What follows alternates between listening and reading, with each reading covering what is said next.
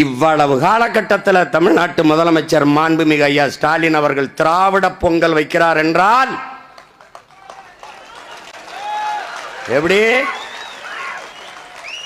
மதிப்புமிக்க ஐயா கருணாநிதி அவர்களின் மகன் திராவிட பொங்கல் வைத்தால் மானத்தமிழ் மறவன் பிரபாகரன் மகன் அந்த திராவிடத்தையே பொங்கல் வைப்பேன். இந்த நாட்டில் அந்த திராவிடத்தையே பொங்கல் வைப்பேன். இந்த எச்ச பையன் சீமா என்ன சொல்கிறான்னு புரியுதுங்களா?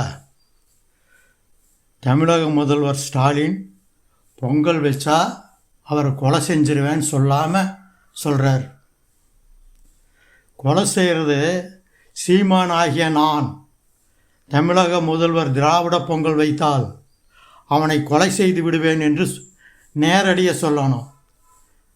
பிரபாகரனுடைய மகன், ஏண்டா டே, பிரபாகரனுடைய மகன் எல்லாமே ஈழப்போரில் இறந்துட்டாங்கடா.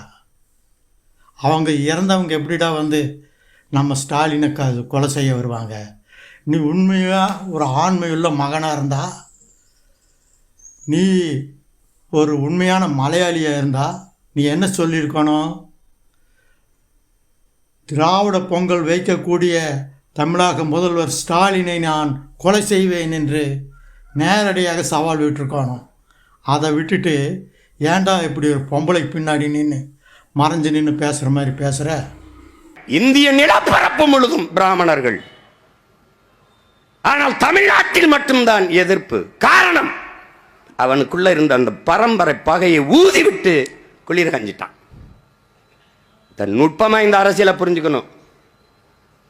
புரியுதா? இந்த சீமான் ஏன் கத்துறான்னு புரியுதா? திராவிடர் பொங்கலை வச்சா ஸ்டாலினை பொங்கல் வச்சிருவாராமா. பொங்கல் வைக்கிறது என்ன அர்த்தம்? அதுக்கு அப்படியே சாம்பலாக்கிடுவாராமா. இந்த ஆத்திரம் இவனுக்கு எதுக்காக வருது? திராவிட பொங்கல் வச்சா ஆரியர்கள் பொங்கிறதுல அவர்கள் ஆத்திரம் படுவதில் ஒரு அர்த்தம் இருக்கிறது. ஆனால் திராவிட பொங்கல் வைக்கிறதா ஆரியர்களுக்கு தமிழ்நாட்டில் எதிர்ப்பு இருக்கிறதா? இந்த எதிர்ப்பு இருக்கலாமா என்று ஆத்திரம் பட்டு ஆரியர்களுக்காக வரிந்து கொண்டு பேச வருகிறானே, இதனுடைய உள்ளார்த்தம் புரியுதா? சொல்லுங்கள், இதனுடைய உள்ளார்த்தம் புரியுதா?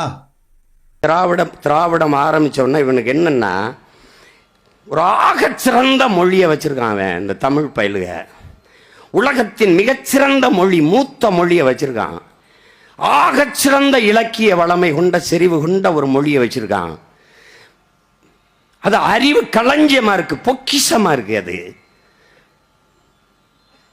2000 ஆண்டுகளுக்கு முன்பு எந்த கொம்பனாலும் குறை சொல்ல முடியாத ஒரு மானுட நன்னறியை வள்ளுவன் ஒருத்தன் எழுதியிருக்கான். எந்த பிழையுமே சொல்ல முடியலையே. எவ்வளவு பெரிய காப்பியங்களை கொண்டு இப்படி ஒரு மொழி, இதை விடக்கூடாது, இந்த பெருமையை இவனுக்கு வைக்கக்கூடாது என்று திட்டமிட்டு பக்கத்தில் இருந்து கொண்டே இந்த பிராமண பூச்சாண்டியை காட்டி வந்துருவான். அப்படி சொல்லி என் மொழியை அழித்து, என் இலக்கியத்தை, என் கலையை, என் பண்பாட்டை, என் வழிபாட்டை, என்னுடைய வரலாற்றை மறைத்து, இதெல்லாம் அழித்து என் வரலாற்றை மறைத்து, என் அடையாளங்களை எல்லாம் அழித்து. ஏண்டா லூசு பையில மலையாளியே, உன்னுடைய அடையாளத்தை அழித்தது யாரடா? உன்னுடைய கூற்றுப்படியை பார்த்தாலும் திராவிடம் என்கிற ஒரு மொழி கிடையாது. தமிழை அழித்து அங்கே திராவிட மொழியை வளர்க்க முடியாது. ஏனென்றால் திராவிடம் என்ற ஒரு மொழி இல்லை. அப்படி தானே சொல்கிற? ஆனால் தமிழை அழிச்சிட்டு அங்கே வேறொரு மொழியை கொண்டு வந்து நிலைநாட்டணும்னு துடித்தது யாரடா? லூசு பையில ஆரியன்தாண்டா. உன்னை சூத்திர பயல்னு சொன்னவன், தமிழை நீச மொழின்னு சொன்னவன், தமிழை நீச மொழி அழிச்சிடணும்னு சொன்னவன், தமிழை அழிச்சிட்டு தமிழ் இலக்கியங்களையெல்லாம் திருடி அதை தன்னுடைய மொழியாக ஆக்கி தமிழர்ன்ற அடையாளத்தையே ஓலை சுவடைகளையெல்லாம் அழித்து நெருப்பில் போட்டு அழித்தவன் பார்ப்பான். அவன் தமிழை அழிச்சிட்டு ஆரிய மொழியை இப்போவும் இதுவரைக்கும் இன்றைக்கும் ஆரிய ஆதிக்கத்தை இந்தி திணிப்பு என்ற பெயரில் ஆரிய ஆதிக்கத்தை நிலைநாட்ட துடிப்பவன் பார்ப்பானன் என்றும் தெரிந்தும், ஏண்டா லூசு பையில, ஏய் லூசு ஏண்டா இப்படி வளர, நீ நாக்பூர்கிட்ட காசு வாங்கினீன்னா அது வெளிப்படையாகவே தெரிஞ்சிருச்சு நீ நாக்பூர் நக்கின்னு. இன்னும் ஏண்டா இங்குள்ள தமிழ் மக்களை ஏமாற்றிட்டு திரிகிற? முதல்ல நீ தமிழனா இல்லை மலையாளியான்னு சொல்லி முதல்ல அதுக்கு வா.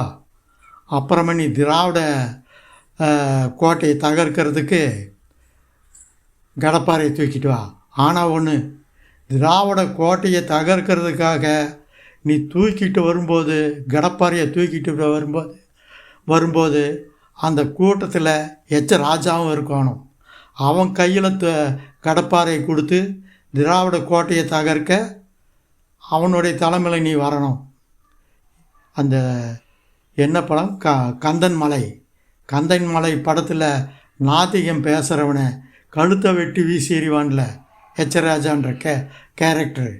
அந்த எச்சராஜா கையில் நீ கடப்பாறையை கொடுத்து போய் திராவிட கோட்டையை தகர்த்திட்டு வாடான்னு எச்சராஜா தலைமையில் நீ வந்தீங்கன்னா நீ உண்மையிலேயே நீ ஆம்பளை தான்டா. நான் உனக்கு திரள் நிதி நானும் தரேன்டா.